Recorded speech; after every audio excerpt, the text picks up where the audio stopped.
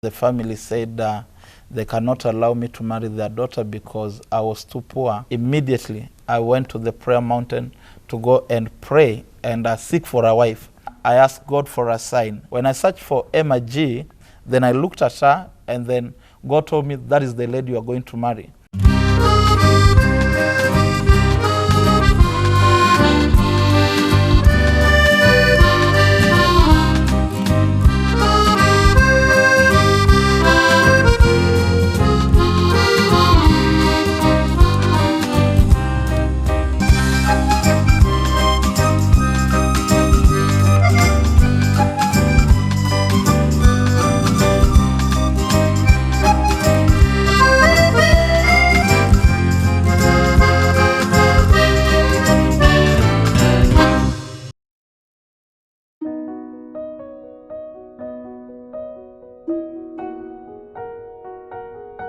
When we came to the wedding, the challenge we had was also that we had two pastors. We came from different church. I had my bishop, he had a bishop whom she was serving under. And there was now conflict of interest because of the impact she has in the ministry and the impact I had in the ministry. So the two churches, there was conflict until it came to a point whereby his bishop said, we are not going to attend the wedding because there was a conflict of ni nani ataunganisha harusi. And then when I sat down with my spiritual father told me, it is always good for the pastor on the side of the man to come and declare husband and wife because he told me if the other side will declare, it means the authority of a man has been transferred to her. So we sat down, we talked, and then we talked with the bishop, and we told him, this is what you will preach in our wedding, but my bishop is the one who will be officiating the wedding. So we planned on that. We had a committee. The committee tried to help us also raise some money. Though they never reached the target, the other money we had to look and source for the money so that we can come and have the wedding that we want. So throughout the journey and the process to prepare for the wedding, now there was also a conflict of interest. How will my mother come in? Because my mother is still alive. I have parents who have raised me, and now how do we come and bring these people together? So I called my mother, we talked, and after we talked, my mother said, I will come, though my brothers and sisters said they are not going to come until I change my surname. And I make my surname so that I can have my father's name. And I told them it is too late because right now I'm above 18 years, and these are the people who have raised me. They are the people I've known as my parents all along. So one of the things that happened, my people from my mother's side never came, even from my father's side never came. And it is only my mother and two sisters who came for that wedding. And the reason why my mother came is because after school, when I met my mother, she said that she was living in Kibera, and she said that these people want me to die and just be buried like somebody who has no children. So I went and bought a piece of land because the family where she was married, they chased her out. A reason because they said she had sold out the child.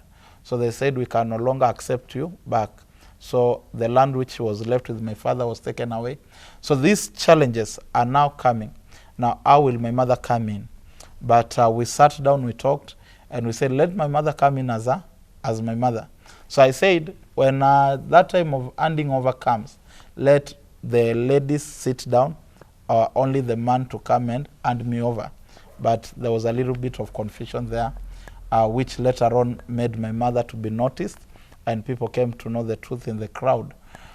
So the journey, we could meet service providers until late hours. We could try to see what is going to work for us, and what was not also working for us. Throughout this journey, there are people who are talking to us. Some were trying to discourage me from marrying her. And somebody was saying, a police woman can never be a good wife. In fact, marrying a police officer is like you are planning suicide on marriage, according to what people said. But we said, since God is involved in this, we have no otherwise. Even my family, on Friday to the wedding day, instead of me sleeping, I was called for a meeting. We talked from 10 p.m. up to something like 4 a.m. And remember, my wedding is on Saturday. So I was being told that you can change your mind even right now. Because nobody even believed in my family I could marry a beautiful lady like this. In my family, by the way, one of the qualifications for marriage is that is either you marry a widow or you marry a divorcee. But now I am the one who broke the record, and I decided that I'm going to do the right thing. So when they saw, they were not still believing. And people were like, mtaka kweli? And I was like, and I remember my dad, who adopted me, came to me and he told me that night, sisi tumejaribu ndoa, ukiona tumekaa tu ni kwa sababu ya neema. And then I told him, sisi tutakaa kwa sababu ya upendo. So I said it will not be about grace, but it is going to be about love, because the foundation of our marriage was love. It was not about anything else, because when I first met her, I loved her. I felt love, and she felt love. So all these challenges until the wedding day. So I will allow her to also give us some of the challenges that she saw us going through. Because if I talk alone, I'll be doing a mistake.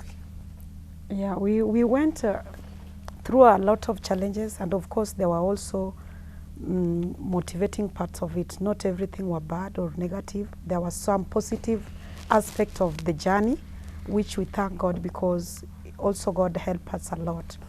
And to me, one of the greatest ever challenge I faced was losing my mother, because I always wanted to see my mother in every part of my journey. Now it is only 2 months to our wedding, and my mom, who was not that sick, just passes on. So it has never been something easy for me, even up to now.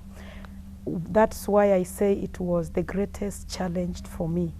But I want to thank God, because even if she passed on, there were some women who were still in that gap, and they also helped us. And also another challenge that I faced on the way was the financial issues, because when we were almost to the end, now my mother is feeling sick, and we had to spend a lot on the hospital, which also some drugs she just left.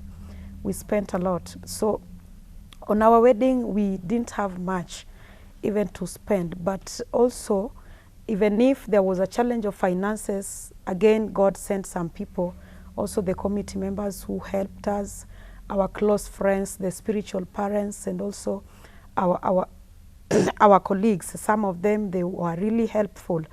So I would say that the two were the greatest, and there were also some things to learn on the way. I came to learn that not every person who was saying yes means that yes. And also I came to realize that every other person has something that he can do.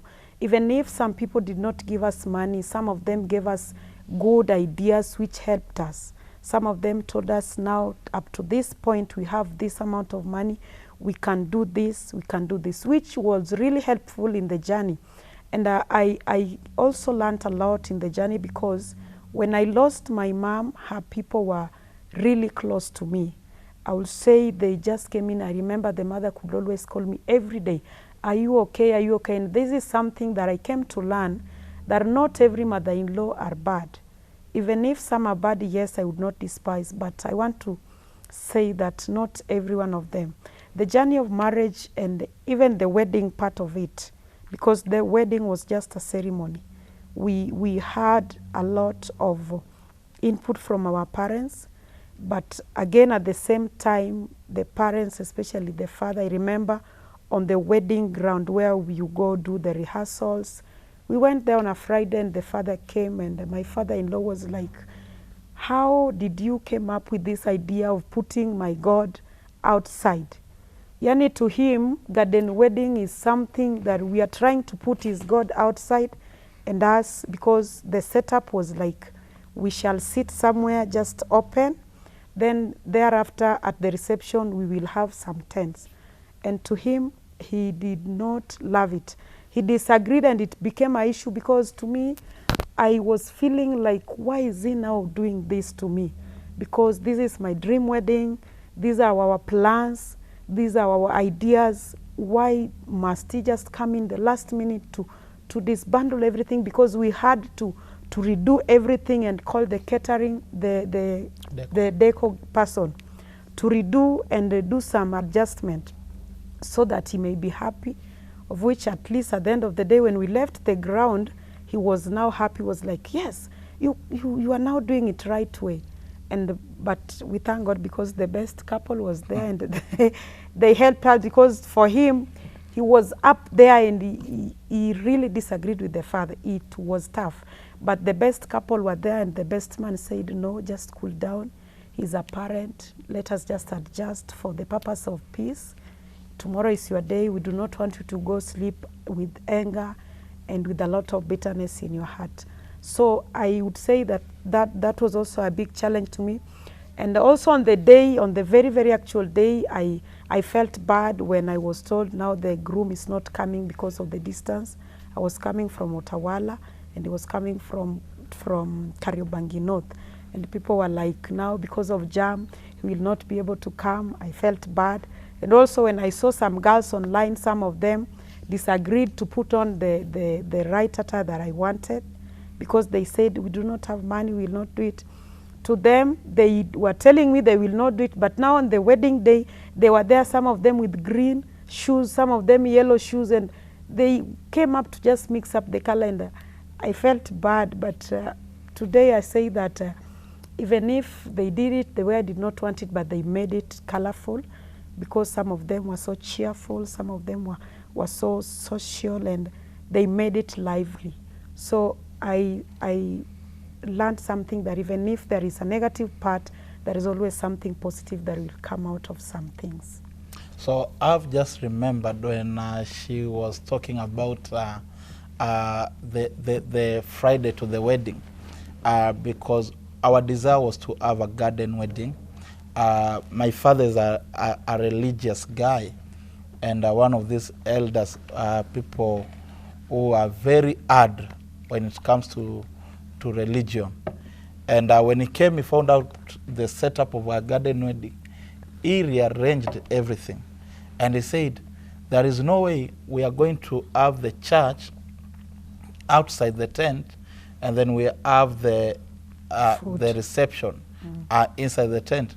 According to him, it was like, this is my God. You cannot do a service under a tree. And then I told him, but from all that time, people have been worshiping under trees, and God has always been there. So I told him, whether you come or not to the wedding, we have no problem. The wedding will still go on. Because in my mind, I already knew the wedding, for it to be accomplished, it only needs 5 people. It needs the groom, the bride, the best couple, who are the 2 witnesses, and then the officiator. Then I just told him, don't come. Because he said, if you don't rearrange, I will not come. And I said, don't come. But because of them, we had to rearrange everything. And it went in a way that we never expected. And in as much as he was happy, we were not happy. We had some question mark. Because I remembered again that this is the same man.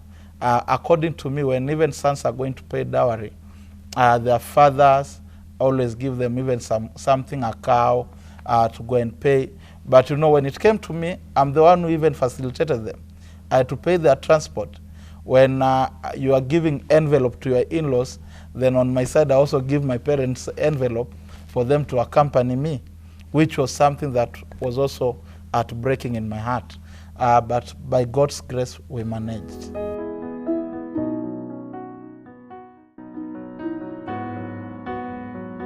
After the wedding, now we were to go to honeymoon. One of my desire was to take her to TZ so that we can have our honeymoon there. And then as we were in all this plan, because my spiritual mother was working in TZ, so it was going to be easy for us also to get a place. But because now she's a police officer, there is a lot of limit when it comes for her to travel out of the country. There was too much limitation on her side. So one of the things that happened after getting advice, we were told we cannot just go like that. There is a lot of process for her to get permission to go out of this country. So one of the things that I decided was to get a place where we could go for honeymoon. So unfortunately or fortunately, because we had no money, all the money we had, by the way we spent on the wedding day, we even had some balances that we came to clear later on. So one of the things that we decided, we booked a place, we slept that night, and then in the morning, then is when I Googled, because I've been on Meru side, so I decided, let us go to Meru. And when we went to Meru, we had our honeymoon on those sides, and then again something came back to my mind.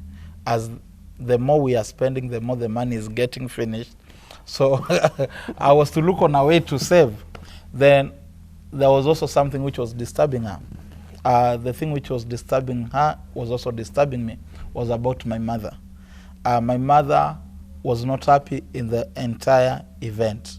So one of the things we decided that let us travel home. We go, we see our mom. This was going to help us, one, to save on the hotel expenses because we had no money at all. So it was going to help me and help her. We were going to save, by the way. So we decided we left the hotel room. After 4 days, we left the hotel room. And then we went to Eldoret, where my mother is. When we reached there, she received us with a lot of joy. And now we were spending our honeymoon in that place. So as we were spending our honeymoon, then there was this guy of mine, a friend, who was also a student in Eldoret. So he could take us around Eldoret. It's called Shem. So Shem could take us around Eldoret. He knows we are on honeymoon, but we are saving. So we could try, we go just around. Then at the end of the day, when we were finishing that time staying with my mother there for almost 1 week, then she said, if I wanted to stop your wedding, that day I was going to stop it. But because I love this son of mine, I was not able to stop that wedding. And that one also, she had to accept my wife, because I came to realize most of my brothers who are married, my mother has never accepted their wives. But to her, she's the only one who has been accepted, and she stays there with a lot of peace. Yeah, so that's how we spend our honeymoon. Being a police officer, I would say that most of the things also he did not share, because especially that part, he did not disclose everything to me. But I remember when we went to the parents, and the mother just said that, Emma, these men of God, they normally prefer feeding the flock, and sometimes at home there is no food. So what you will do, I want you to just be wise, be cautious, and be vigilant. Keep watching out, because sometimes you may lack food with your children while he's feeding the flock.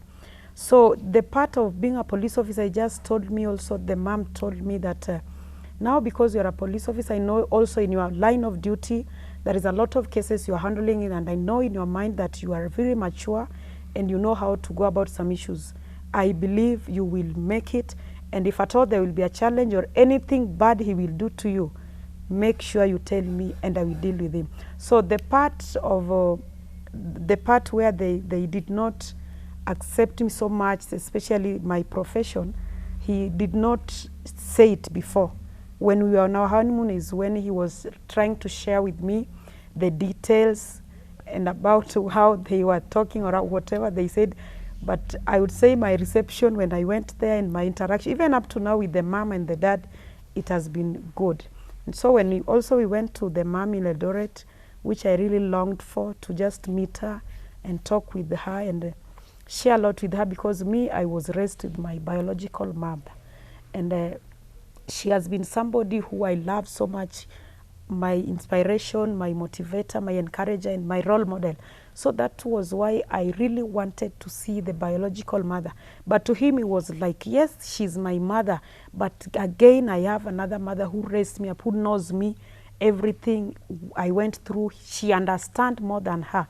Why do you want? But to me, I was like, I think she's also more important because she carried you, and she's gone through a lot of things, even if she did not raise you. So the both sides, I would say the reception was so good. And even up to now, they're very good friends of mine.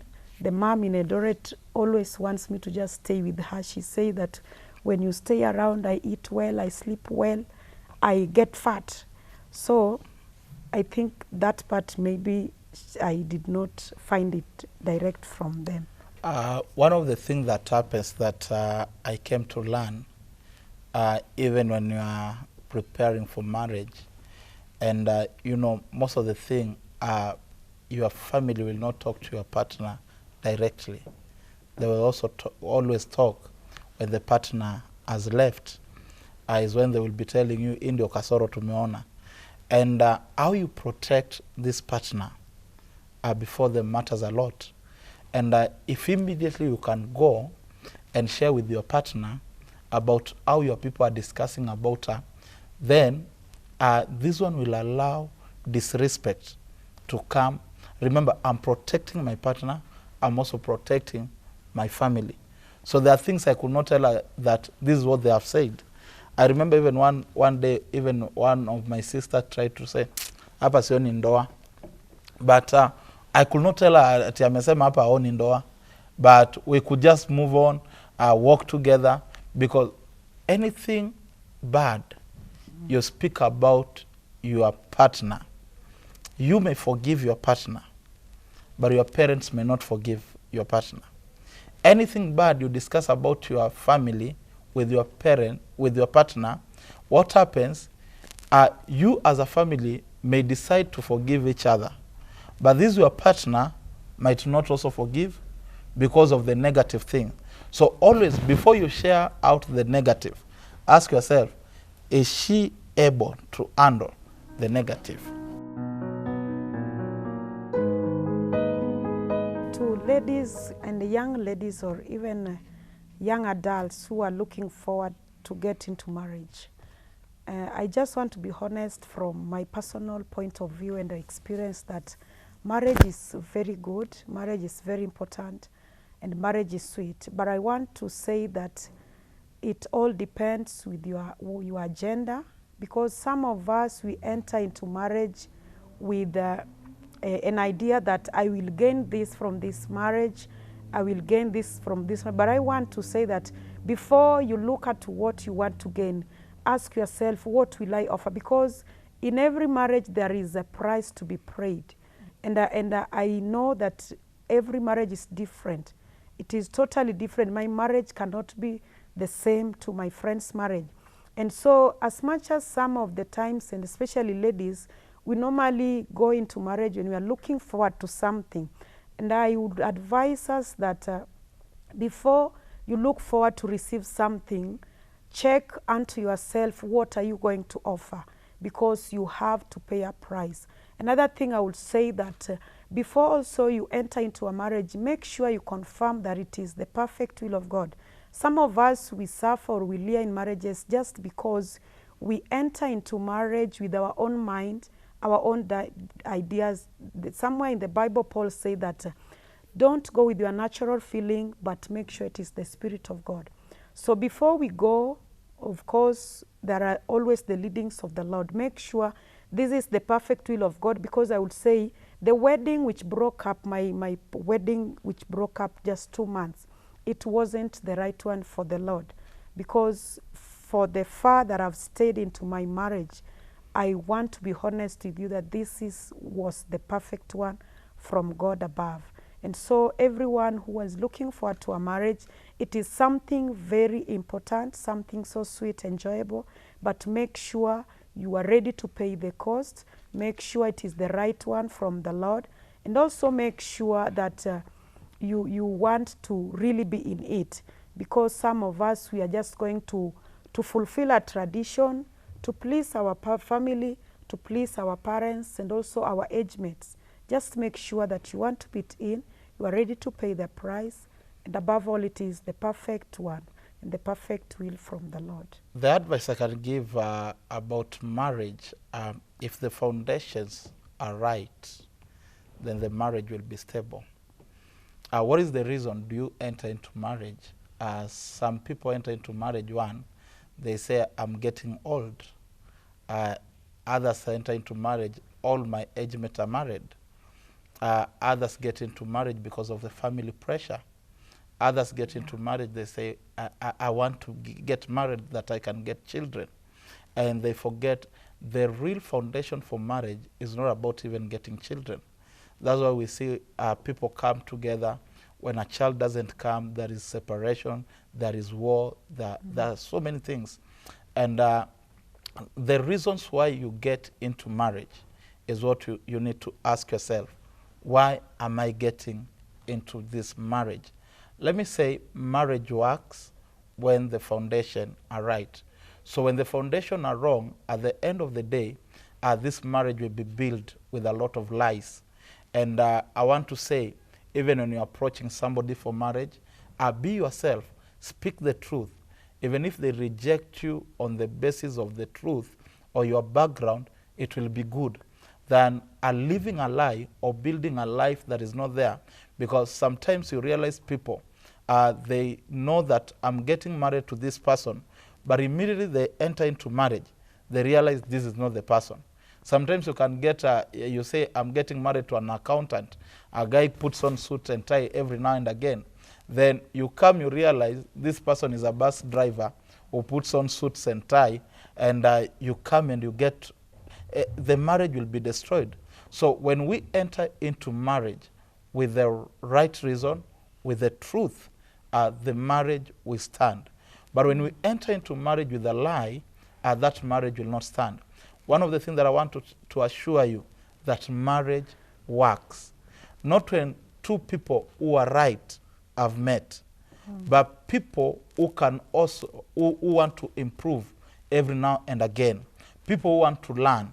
Like every day we are learning on how to treat one another. I've never learned enough how to handle my wife. So every now and again, every day is a learning period. And then the other thing that allows a marriage to work is when you humble yourself. You don't allow pride to come, because pride will make you to want to prove yourself. Pride will want you to live like other people. So when you have humility in your heart, then that marriage is going to work out. All of us, we need to be humble. So as I said, people get married for the wrong reason. Like, for example, if she say, I want a man so that I can have security. If thieves are coming to the house and they break down, which security will I offer? Because I'm not a police station. So the reasons why you get married is what you need to ask yourself. Why am I getting married? Otherwise, what I want to tell you, marriage is a beautiful thing. Marriage is a good thing, and marriage works.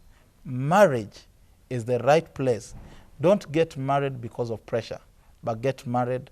Be single until when you feel you are single enough. Don't get married and again you feel like ni kama nataka kuwa single tena.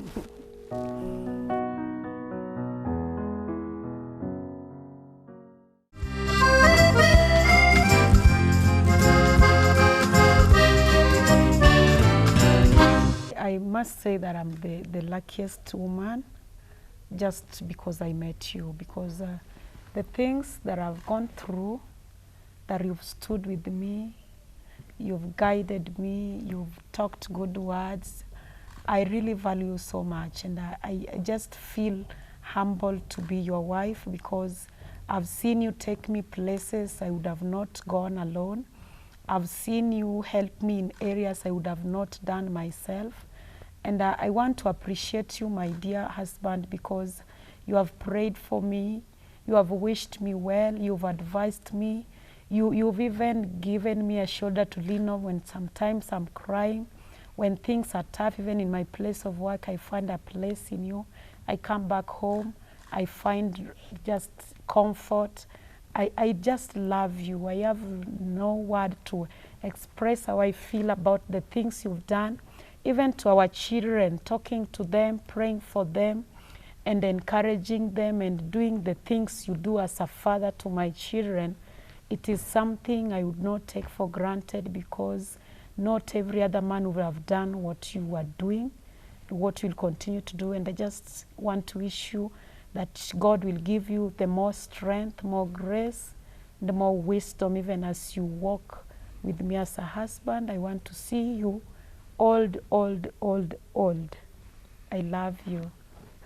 This is to my beautiful, loving and caring wife, the only woman who crowns my life, the only woman who sees me every now and again when I'm going out and I'm coming back, the only woman who would let everything go but to retain me. I want to say, if today they can say State House is on sale, I will buy that place for you, because you deserve the best. You are the best woman that any man could want to be with. Your love, your care, how committed you are, even in this marriage, how loving you are, how wise you are. I've seen people with wisdom, but your wisdom surpasses all of them. I've seen people who are beautiful, but none of them are as beautiful as you are, because your beauty in art and also your beauty in appearance are things that surprises us. I want to appreciate you even for accepting to be my wife. I know I have weakness, I have ups and downs, but with all these, you still stick with me, and also to help me to overcome the challenges of this life. What I want to tell you, I love you so much, and I always want the best for you. If today the president can declare State House is for rental, I will rent it for you. You deserve the best.